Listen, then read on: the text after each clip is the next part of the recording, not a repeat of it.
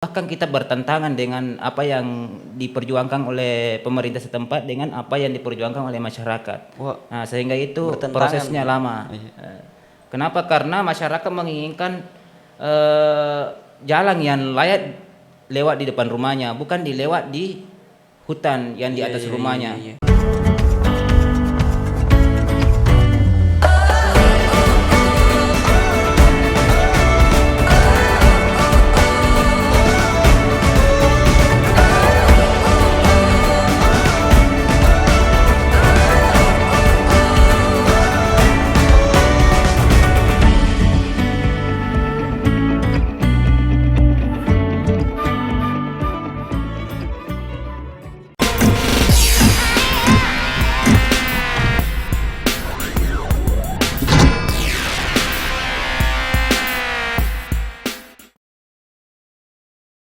Bismillahirrahmanirrahim. Assalamualaikum warahmatullahi wabarakatuh. Kembali lagi bersama saya teman-teman sekalian dengan Andi Rusdi di Note Podcast. Jadi pada hari ini teman-teman kita kedatangan tamu dari salah satu pemuda yang ada di Kabupaten Sinjai teman-teman. Jadi langsung saja teman-teman sekalian. Pada hari ini saya silahkan kepada tamu kita pada hari ini untuk langsung memperkenalkan nama. Oke. Assalamualaikum warahmatullahi wabarakatuh. Waalaikumsalam warahmatullahi wabarakatuh. Perkenalkan, nama saya adalah Imran. Ya. Saya adalah pemuda asal Desa Turungan Baji, salah satu desa terpelosok di Kabupaten Sinjai yang sampai saat ini masih butuh perhatian. Oh ya, jadi berdasarkan perkenalan tadi bahwa saudara ini adalah salah satu pemuda di Kabupaten Sinjai dari Desa Turungan Baji. Nah, mungkin apa saja pengalaman-pengalaman hidup sebagai pemuda di mana pada hari ini bagaimana saudara Imran ini dalam membangun kampung begitu ya. Pengalaman hidupnya bagaimana sih, bisa diceritakan? Ya oke. Sebenarnya sih saya awalnya termotivasi dari niat tulus saya sebagai pemuda melihat keadaan kampung, keadaan desa yang begitu-begitu saja gitu ya. Dalam artian bahwa tidak ada kemajuan.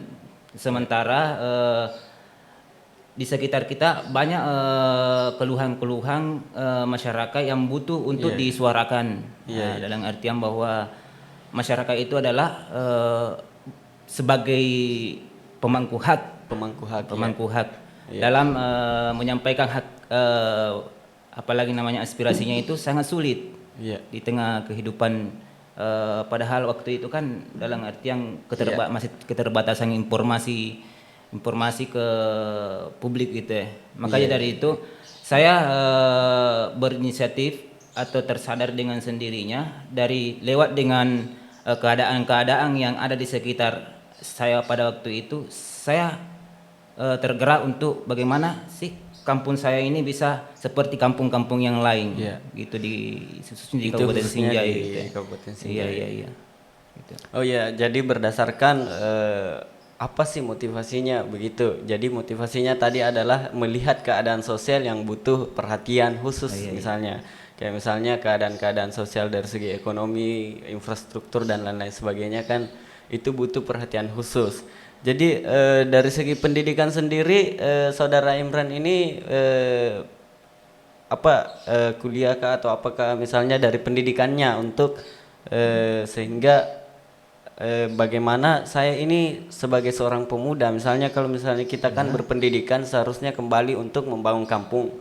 Nah, kalau dari segi pendidikan sendiri, saudara Imran ini pendidikannya di mana atau bagaimana? Dari segi pendidikan, saya sih sebenarnya tidak sampai duduk di bangku kuliah gitu ya. Sebagai orang-orang yang ada di pelosok Kabupaten Sinjai itu kan akses pendidikan itu sangat terbatas. Terutama saat itu sekolah saya masih di Sanoe itu saya berjalan kaki sekitar 11 kilo. 11 kilo. Kemudian akses pendidikan juga terutama infrastruktur pada saat itu sangat memprihatinkan. Yang kedua, faktor ekonomi. Keluarga kami kan ekonominya sangat terbatas. Dari segi itu, kemudian saya mulai berpikir bagaimana ke depannya ini ketika saya apalagi namanya, bagaimana ke depannya di kampung saya ini akan jauh lebih baik. Jauh Ya lebih gitu. baik. Dengan itu saya hanya duduk sampai di tingkat SMP. Tingkat SMP. Berarti bisa disimpulkan dong, berarti untuk berpemikiran bagaimana membangun kampung ini tidak harus sampai kuliah juga. Oh iya. Jadi Kalau persoalan membangun kampung itu sebenarnya sih dari kemauan. Dengan Dari adanya kemauan. kemauan itu, Iya. kemudian diikuti dengan tekad, Iya. dengan niat yang tulus, insya Allah pasti akan termanifestasi. Iya, iya, iya. Jadi ini adalah salah satu motivasi dari saudara Imran, salah satu pemuda yang ada di Kabupaten Sinjai. Bagaimana kembali membangun kampung itu tidak harus kuliah misalnya, harus misalnya S1, S2, tidak harus demikian, tapi berdasarkan tekad dan kemauan pemuda untuk membangun kampung. Selain dari itu tadi, misalnya kayak pendidikan eksternal, kayak misalnya dalam organisasi. Saudara Imran ini bergelut di dunia organisasi atau bagaimana? Sebenarnya sih saya mulai bergelut dalam dunia organisasi itu sejak tahun 2011. Iya. Saya masuk di dunia organisasi sejak awal itu mulai dari pencinta alam. Saya masuk dalam pergerakan, baik dalam pergerakan mahasiswa yang kemudian pergerakan mahasiswa di luar kampus ya. Iya. Iya, yang kemudian saya juga terlibat dalam organisasi non pemerintahan atau NGO, bagaimana membangun kampung, kembali ke desa. Iya. Artinya sebelum apalagi namanya, awalnya itu saya sebagai pemuda yang ada di Desa Turungan Baji salah satunya, meskipun konsekuensinya sangat luar biasa dari tekanan-tekanan, saya selalu konsisten untuk bagaimana kampung ini bisa lebih baik gitu ya. Baik dari ke depan. Dan menghiraukan komentar-komentar negatif terhadap diri saya. Yang jelas saya punya tekad yang baik, bukan untuk hal-hal yang negatif. Oh Gitu. iya begitu ya. Jadi saudara Imran ini bergelut di beberapa dunia organisasi, kemudian itu adalah salah satu dasar untuk bagaimana bisa ikut serta terlibat dalam membangun kampung. Iya, iya. Jadi dari segi pengetahuan. Nah, kalau saudara Imran sendiri, sejak kapan saudara Imran sendiri itu mulai tertarik atau istilahnya mulai tertarik lah dalam dunia-dunia literasi? Kayak misalnya kan di kampung kita literasinya butuh ditingkatkan untuk bagaimana bisa membangun kampung dari segi pendidikan dasar literasi. Ya, mungkin bisa dipaparkan atau dijelaskan beberapa untuk teman-teman nantinya bisa jadi pengalaman lah. Oh iya, oke. Awalnya saya tertarik masuk ke dunia literasi dengan adanya beberapa saya lihat bahwa literasi itu sangat berpengaruh terhadap kemajuan bagi suatu daerah, baik itu secara nasional maupun secara di lingkup paling bawah, paling tapak, itu di pedesaan misalnya. Itu literasi itu sangat besar pengaruhnya dalam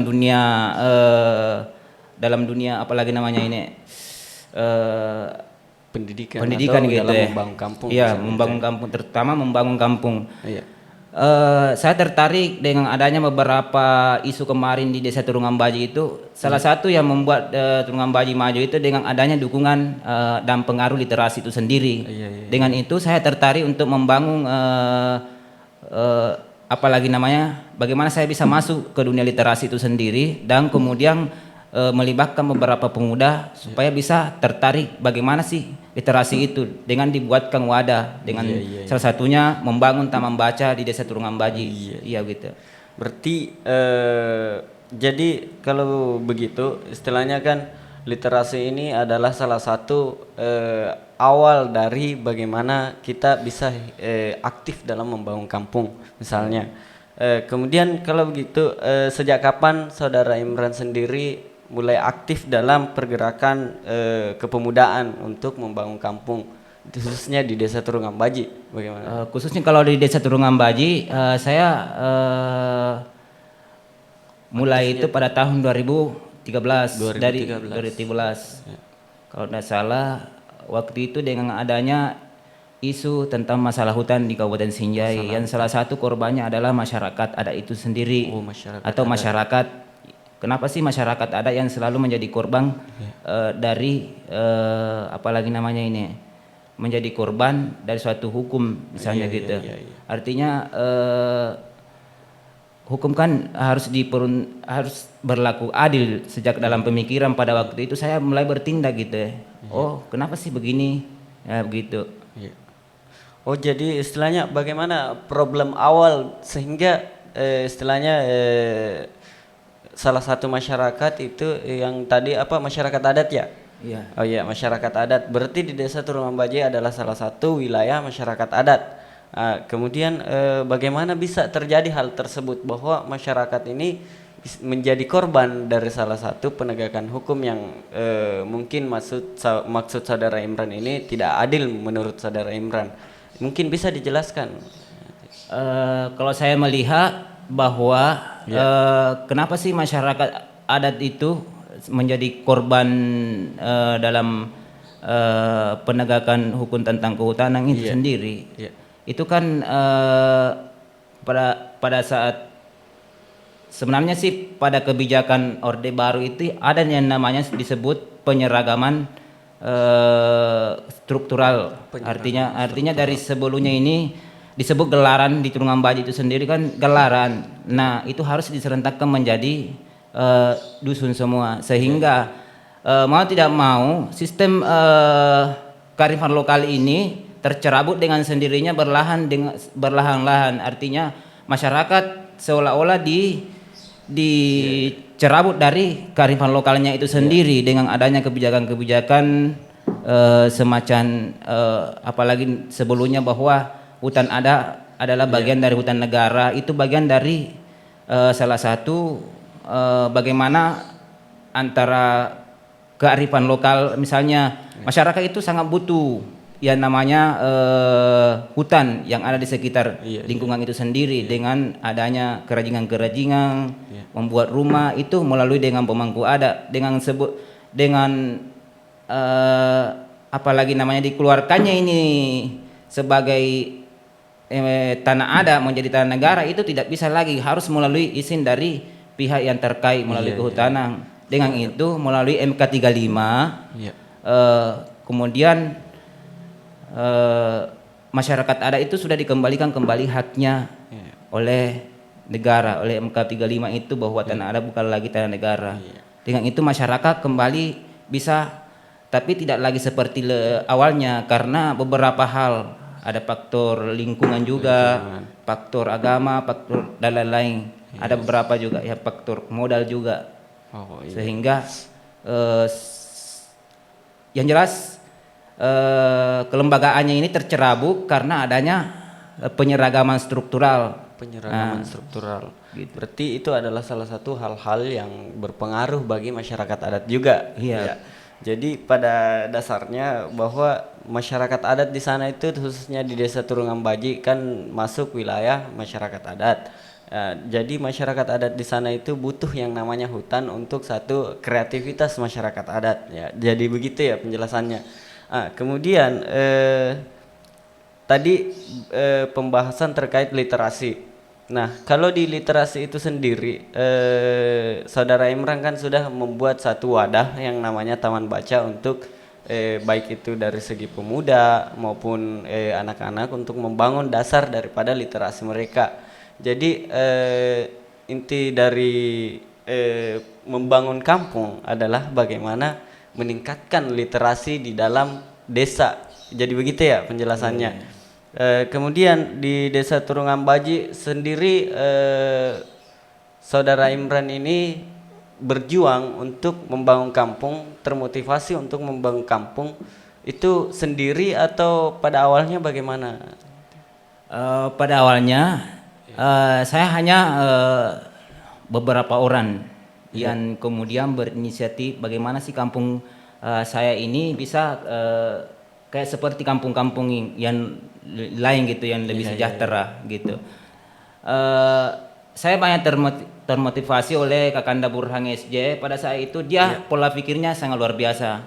Saya melihat bahwa cara berpikir Burhan SJ itu dia secara universal, tapi bertindaknya secara kearifan lokal. Itu saya sangat salut bahwa sebenarnya kunci dari kemajuan itu kita tidak boleh terlalu vakum untuk berpikir gitu ya. Dalam artian bahwa ketika kita terlalu apalagi namanya apalagi fanatik pada satu pendapat saja atau satu apalagi namanya pemikiran saja, kita akan kaku. Makanya dengan itu saya awalnya termotivasi dari Kakanda Burhan SJ untuk bagaimana membangun kampung dengan salah satu syarat adalah bagaimana memperbaiki literasi dulu gitu.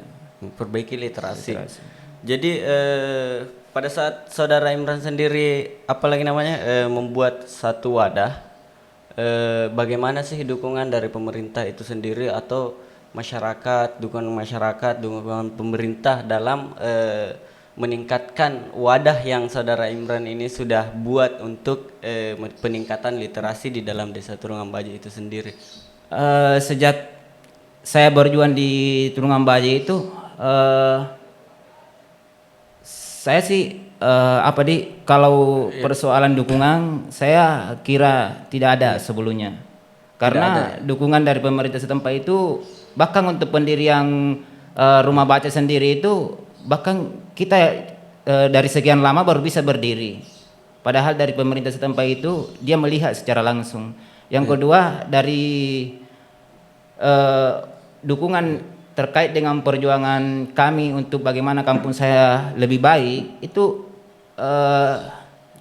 bahkan saya selalu mendapat tekanan, intimidasi dan lain sebagainya melalui cibiran atau apa lain sebagainya. Itu saya tidak peduli, bahkan saya pernah dikatakan sebagai anti PKI di Desa Turungan Baji. Dengan itu pernah dikatakan demikian. saya pernah dikatakan dengan demikian bahwa saya bagian dari anti PKI. Tapi saya tidak pernah terpengaruh hal-hal itu. Yang penting saya tetap berjuang untuk demi masyarakat banyak, bukan diri saya sendiri. Kalau saya pikir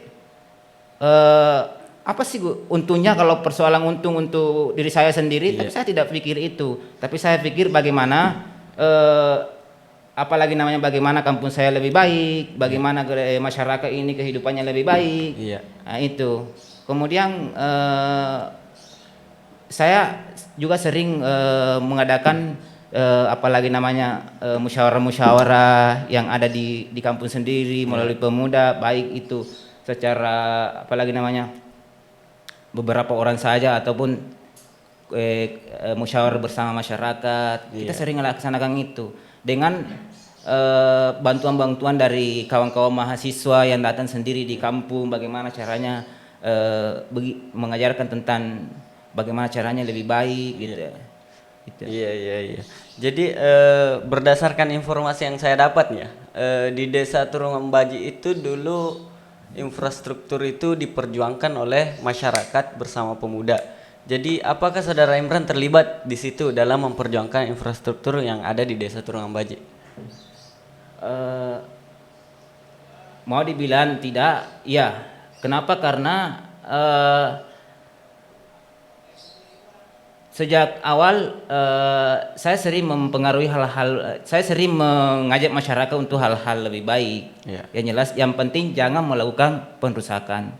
Yang jelas, sepanjang menuntut hak sebagai warga negara, sebagai hak asasi manusia, itu kenapa tidak terlibat di dalamnya. Nah, saya pada waktu itu saya sebagai koordinator lapangan untuk bagaimana mengawal suara-suara masyarakat yang ada di desa. Itu persoalan infrastruktur. Jalan pada saat itu. Kan informasinya di sana itu masyarakat bersama pemuda itu sampai menanam pohon pisang ya di tengah jalan. Iya, awalnya persoalan itu karena puncak dari kegetiran dan kekecewaan masyarakat sehingga hal itu terjadi. Kenapa? Karena ada janji yang tidak terrealisasi. Iya, ada janji yang tidak terrealisasi pada saat itu. Jadi intinya di sini bagaimana masyarakat bisa bersatu untuk hal itu yang memperjuangkan jalan.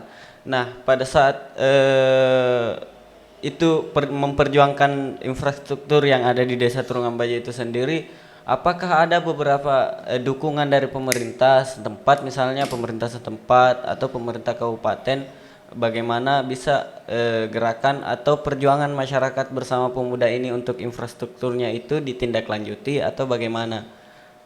Kalau dulu sebenarnya bahkan kita bertentangan dengan apa yang diperjuangkan oleh pemerintah setempat dengan apa yang diperjuangkan oleh masyarakat. Wah, Nah, sehingga itu bertentangan. prosesnya lama. Iya. Kenapa? Karena masyarakat menginginkan jalan yang layak lewat di depan rumahnya, bukan dilewat di hutan yang di atas rumahnya.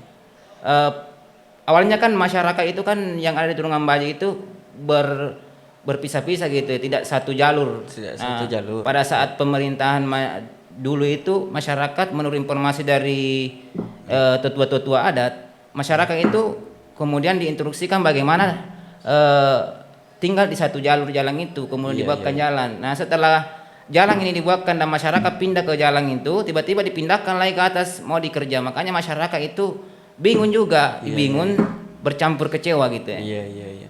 Istilahnya ada jalur yang belum diperbaiki, tapi buat jalan baru untuk dijadikan jalan utama. Nah, seharusnya keinginan masyarakat bagaimana jalan utama yang jalan yang lama dulu diperbaiki, baru kembali ke membangun jalan lain, begitu ya maksudnya mungkin. Oke, jadi terkait hal itu kan ini dalam memperjuangkan kayak infrastruktur misalnya jalanan apa dan lain-lain sebagainya kan kita butuh misalnya kalau kita menggunakan semacam perkumpulan kayak aksi-aksi mahasiswa misalnya aksi-aksi pemuda, aksi-aksi masyarakat untuk memperjuangkan infrastruktur.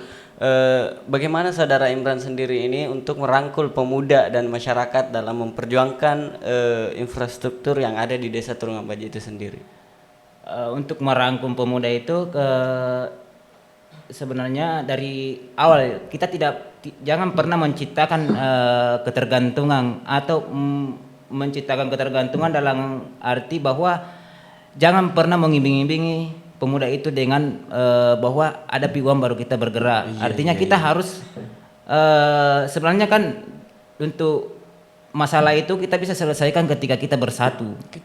Bersatu, kemudian musyawarah. Setelah musyawarah kita laksanakan gitu. Iya. Berarti istilahnya bukan sekedar iming-iming yang diberikan oleh pemuda sama masyarakat ya. Tapi intinya adalah bagaimana bersatu ini untuk memperjuangkan ini infrastruktur. Bahwa ini memang adalah hak masyarakat untuk diperjuangkan. Begitu kira-kira ya. Betul sekali. Iya. Jadi sejak dari hal-hal tersebut yang dilalui oleh saudara Imran banyak hal yang menarik ya, mulai dari pengalaman hidupnya, bagaimana motivasinya, bagaimana bisa membangun literasi sampai memperjuangkan infrastruktur yang ada di Turungambaji. Jadi pertama yang ingin saya penasaran nih, sebenarnya saya agak penasaran bagaimana sih, apakah prosesnya bisa terbilang cepat atau bagaimana saat memperjuangkan infrastruktur yang ada di Turungambaji tersebut, atau prosesnya bagaimana pada saat itu? Kalau proses pengerjaan jalan di Turungambaji itu tidak dibilang cepat juga, butuh beberapa tahun baru dikerjakan. Berapa tahun lama? Kalau saya tidak salah itu sekitar 2 tahun, kayak 2 tahun. 2 tahun. 2 tahun baru Berarti terrealisasi, kurang lebih 2 tahun. 2 tahun ya? Hampir 3 tahun baru Hampir 3 terrealisasi. tahun. Waduh. Luar Itu biasa, berarti bukan perjuangan yang terbilang sebentar ya, tapi agak lama juga karena 2 tahun lebih, hampir 3 tahun. Berarti perjuangan masyarakat dengan pemuda di sana itu luar biasa untuk bagaimana melihat kampungnya ini bisa maju. Nah, untuk saat ini saudara Imran sendiri di kegiatan pada saat ini kan di Desa Turungambaji kan sudah ada pembangunan infrastruktur jalan yang dulunya diperjuangkan oleh masyarakat, dan itu adalah hasilnya bersama pemuda kemudian pada hari ini aktivitas dari saudara Imran itu sendiri apa-apa saja saat ini, lebih fokus kemana begitu? Sekarang saya terlibat dalam dunia, saya sudah masuk dalam dunia jurnalis. Jurnalis. Saya punya apa lagi namanya? Artinya saya tidak lagi bisa secara langsung untuk terjun bersama masyarakat itu sendiri. Tapi saya bagian daripada eh, pengontrol setiap keluhan, setiap harapan masyarakat supaya bisa tersampaikan bagaimana itu adalah bagian dari tanggung jawab kami sebagai jurnalis gitu.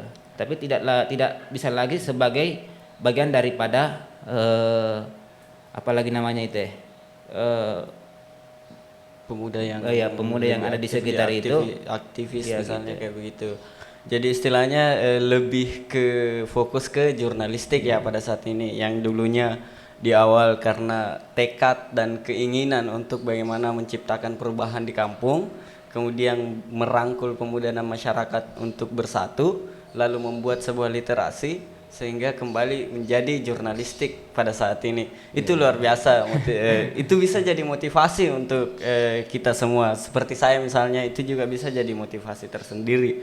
Nah, di Desa Turungan Baji sendiri kan berdasarkan informasi yang beredar di sosial media, berdasarkan informasi yang beredar di sosial media di Desa Turungan Baji itu banyak sebenarnya problem-problem sosial yang diperjuangkan oleh pemuda dan masyarakat ya, begitu mungkin. Dan salah satunya itu berangkat dari keinginan dan kemajuan tekad untuk bagaimana membangun kampung. Sejauh ini saya melihat bahwa Turungan Baji itu sebenarnya pembangunan infrastrukturnya itu belum rampung. Belum rampung. Oh, iya. Dengan itu masih masyarakat masih merasa belum puas gitu ya secara kenapa? Karena masih tersisa kurang lebih 1 kilometer ini yang belum rampung atau belum dikerjakan. Masih ada Bahkan yang paling rusak yang tersisa. Sehingga akses antara kecamatan ini, penghubung kecamatan Bulupodo ke kecamatan Sinjai Barat ini, itu boleh dibilang terputus. Dalam artian bahwa sudah di penggalangan dana sehingga bisa lagi dilewati oleh kendaraan. Sebelumnya itu boleh dikatakan terputus. Berarti masih ada beberapa kilometer yang harus diperjuangkan. Problem yang kedua itu ada persoalan kawasan juga menjadi problem yang ada di sana, antara harapan masyarakat untuk mengambil tanahnya kembali sebagai masyarakat adat melalui RPPHMA itu, Perda Pengakuan dan Pelindungan Hak Masyarakat Adat, itu yang ditunggu-tunggu dengan yang diharapkan oleh masyarakat juga di sana. Yang ketiga itu pengelolaan hutan dalam artian bahwa hutan perlu terbatas. Pengelolaan hasil hutan non kayu seperti getah pinus itu harus masyarakat juga secara langsung merasakan itu. Dalam artian bahwa sekian lama kita punya sumber daya alam yang dikelola oleh pihak yang mengelola itu, sementara jalan kami masih ada seperti ini. Itu yang menjadi keluhan besar bagi masyarakat yang ada di masyarakat setempat itu sendiri. Berarti istilahnya di dalam Desa Turungan Baji ini banyak sebenarnya potensi-potensi yang bisa dikembangkan, tapi terbatas karena pembangunan yang istilahnya tidak dibutuhkan oleh masyarakat. Justru yang tidak dibutuhkan itu yang dibangun, sementara yang dibutuhkan itu begini, atau bagaimana? Artinya masyarakat Turungan Baji itu merasa apalagi namanya gitu ya. Kita kan punya potensi alam gitu. Yang jelas getah pinus kita sering apalagi hasil dari potensi alam kami yang dikelola oleh pihak pengelola itu tidak apalagi namanya ini, tidak sebanding dengan infrastruktur yang ada di hutan itu sendiri. Jadi istilahnya infrastrukturnya masih buruk, tapi ini ya istilahnya tidak begitu maksimal ya kalau kayak begitu modelnya ya. Istilahnya kita kan seharusnya memperbaiki infrastruktur. Iya, artinya kan masyarakat tidak lagi semestinya dibebankan oleh apalagi perbaikan jalan dengan cara Perbaikan penggalangan jalan, dana, ya, penggalangan. dengan adanya potensi hutang yang ada di wilayah itu Baje. sendiri. Iya, Setidaknya iya, iya. saya kira ada MOU untuk perbaikan jalan bagi pengelola Oh, iya, iya, iya. hasil Begitu hutan ya. dong kayu itu sendiri. Iya, iya. Berarti Gitu. di sana itu masih termasuk batas-batas wilayah yang butuh dilirik oleh pemerintah. Jadi harapan saudara Imran sendiri untuk kedepannya, baik itu harapan saudara Imran dari pemerintah setempat yang bertanggung jawab dari segi sosial, apa harapan saudara Imran untuk kedepannya, khususnya di Desa Turungambaji yang ada di Kabupaten Sinjai ini? Sebagai harapan sebagai pemuda setempat, saya sangat berharap bagaimana pengerjaan yang ada di Desa Turungambaji ini dituntaskan. Yang sisa kurang lebih 1,6 kilometer itu. 1,6 kilometer. Yang kemudian kedua, bagaimana pengelolaan hutan yang ada di Kabupaten Sinjai khususnya di Desa Turungambaji ini jelas, supaya peruntukannya juga jelas gitu. Jadi harapannya dari segi pemerintah itu ya, Iya. bagaimana pemerintah bisa melihat bahwa masih ada beberapa yang butuh dibenahi di dalam Desa Turungambaji untuk meningkatkan perekonomian dan lain-lain sebagainya ada di Desa Turungambaji ya. Jadi itu adalah beberapa hal pembahasan yang cukup menarik ya pada hari ini teman-teman sekalian. Jadi saudara Imran ini berangkat dari seorang pemuda biasa, dia bertekad untuk bagaimana membangun kampung melalui literasi dan menyatukan masyarakat untuk memperjuangkan apa yang menjadi hak masyarakat yang ada di Desa Turungambaji. Dan itu adalah motivasi buat kita semua teman-teman, baik itu saya maupun teman-teman sekalian. Jadi mungkin sampai sini dulu pembahasan pada hari ini teman-teman. Jadi untuk kelancaran dari podcast ini itu untuk kelancaran bagaimana kita membahas semua hal-hal atau problem yang ada di Kabupaten Sinjai, baik negatif maupun positif itu butuh juga dukungan dari teman-teman sekalian. Jadi jangan lupa like, komen, dan subscribe ya teman-teman. Jadi cukup sekian dari saya. Assalamualaikum warahmatullahi wabarakatuh.